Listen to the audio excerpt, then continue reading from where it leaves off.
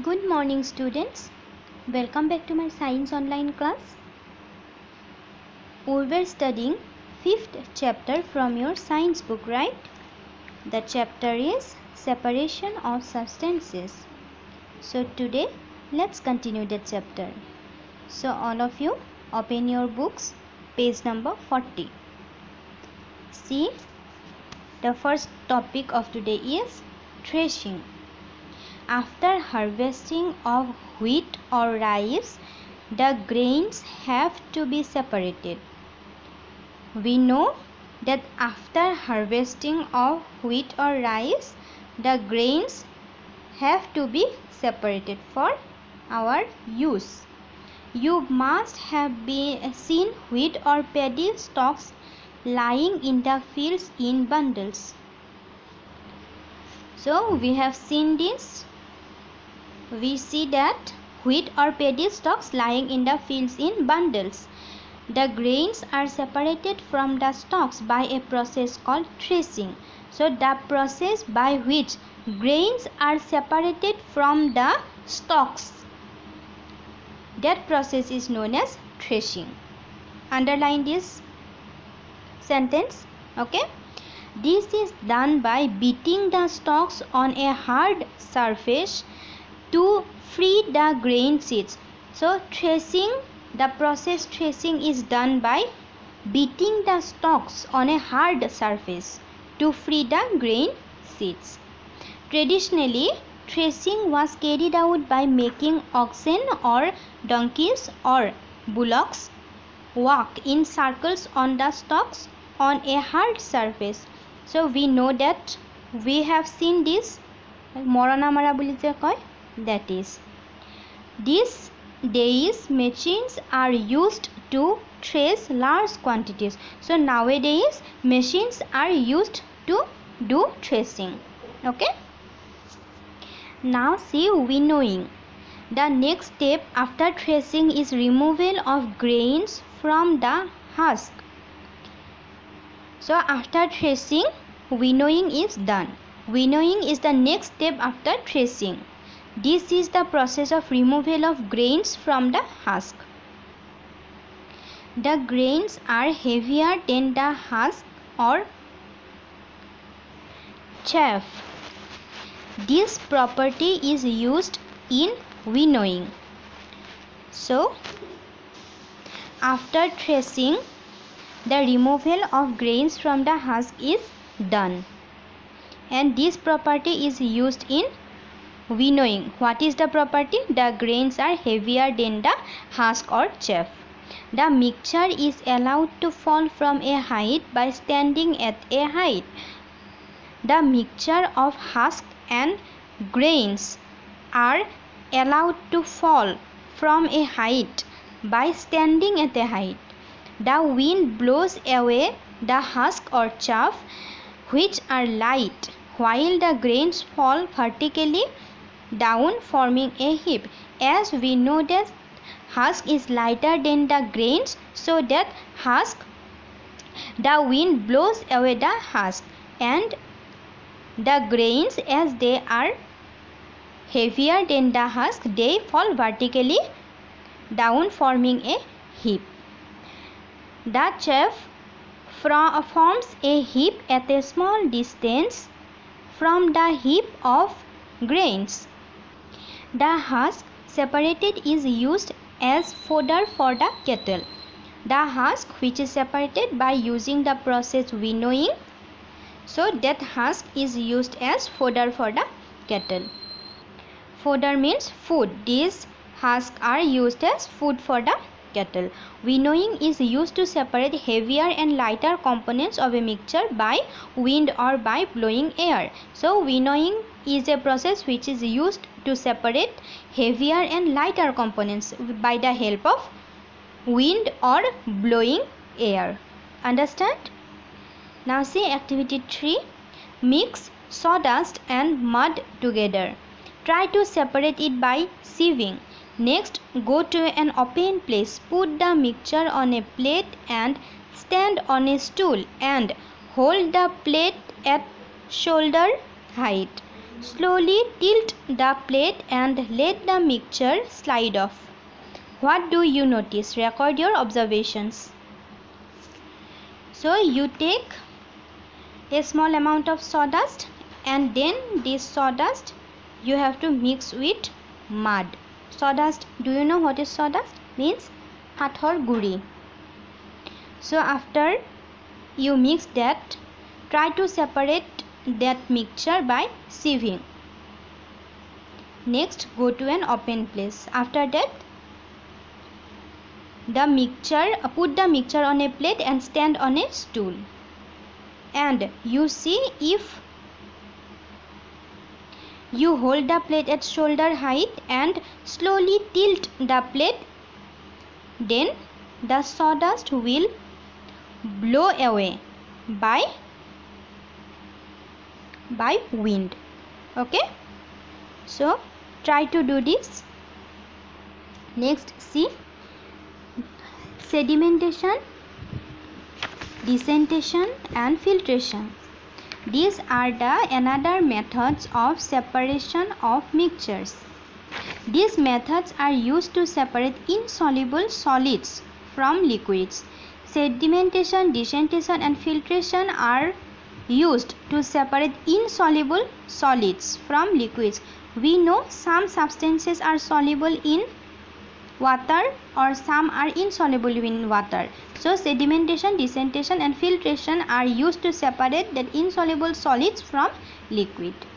The process in which the heavier particles of an insoluble solid settle down in a liquid is called sedimentation. Sedimentation is a process in which heavier particles of an insoluble solid settle down in a liquid. After that, decentation is the process of pouring out the clear liquid after sedimentation. So decentation is done after sedimentation is done. After completion of sedimentation, decentation is done. Okay, understand? See activity 4. Take a beaker, fill it with water, add a little sand, mix with a glass rod. So you take a beaker, then fill that beaker with water. After that, in that water you have to add a little amount of sand and then mix with a glass rod. After mixture, let it stand for half an hour. What do you observe? You will see that the heavier sand particles settle down at the bottom of the beaker. Now carefully tilt the beaker and pour the water into another beaker using a glass rod. Do not disturb the sediment. After that, you can easily pour the water into another beaker without disturbing the sediment.